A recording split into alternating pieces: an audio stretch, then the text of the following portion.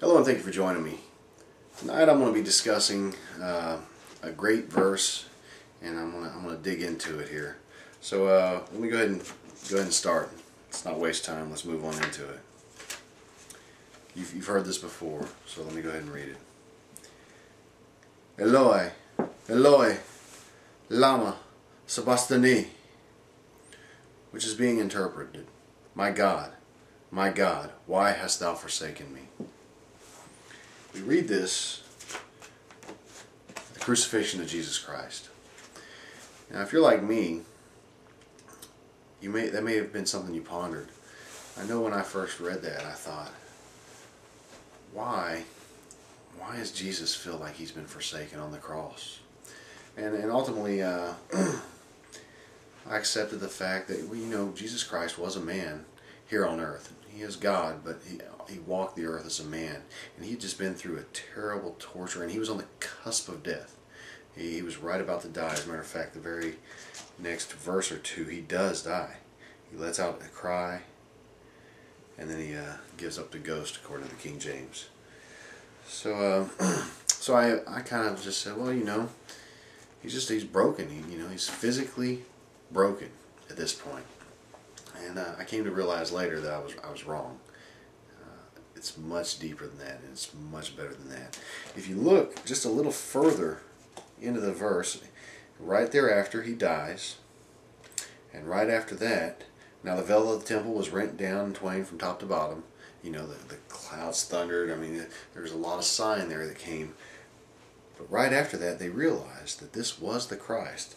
And when the centurion which stood over against him saw that he so cried out and gave up the ghost, he said, truly, this man was the Son of God. Well, the fact was, Jesus Christ, he wasn't broken. He knew exactly what he was doing. And what he was doing is he was fulfilling prophecy.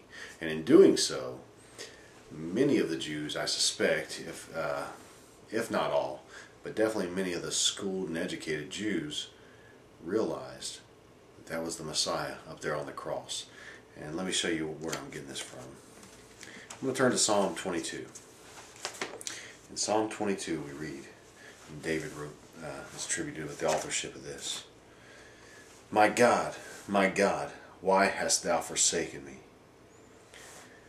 This is a messianic prophecy, and this is a very prophetic verse. I'm going to read you a few different verses through this chapter 22 here, and they're going to sound very familiar because you see them in that same crucifixion. All they that see me laugh me to scorn. They shout out the lip, they shake the head, saying, he trusted on the Lord that he would deliver him. Let him deliver him, seeing he delighted in him. For dogs have compassed me. The assembly of the wicked have enclosed me. They pierced my hands and my feet. They part my garments among them, and cast lots upon my vesture. I will declare thy name unto the brethren. In the midst of the congregation will I praise thee. Now those are different verses, but as you can tell, they're obviously messianic prophecies. They're prophesied, and this is Old Testament, the book of Psalms, if you don't know. It's Old Testament. It's well before the time of Jesus Christ, but this is prophecy of the Messiah. The Jews were well aware of this prophecy. I mean, they're very well aware of David's teachings and in the book of David. So when Jesus Christ actually said those words, my God, why hast thou forsaken me? He was saying it so that the Jews would realize. He was opening their eyes for them right there. He was showing them, and I'm sure for a Jew sitting there to be witness part of this, that when he rang those words out of their teachings into their ears, that I'm sure it opened their eyes. They realized at that point, he pierced my, these verses are going to come there. He pierced my feet and hands. This is a Messiah prophecy. The Lord's hands are pierced in feet. They cast lots for his clothing. This was done to Christ. They mocked him. The Pharisees had just mocked him. The Pharisee likewise also, the chief priest mocking, said among themselves with the scribes, he saved others, himself he cannot save. Let Christ the King of Israel descend now from the cross, that we may see and believe. They just did all this. They just mocked him. So you see that Jesus Christ, there's always, in the Bible is such an amazing book, there's always a lot more than just the surface. And I'm not saying to discard the surface, because the You don't want to get rid of the surface value, because it's good to take a literal value of everything.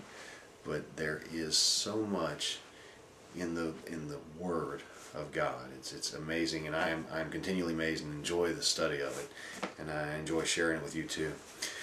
I think it's important. I think this is a very good apologetic note, because I have had this question posed to me before when I'm witnessing or attempting to witness to an atheist or just whatever.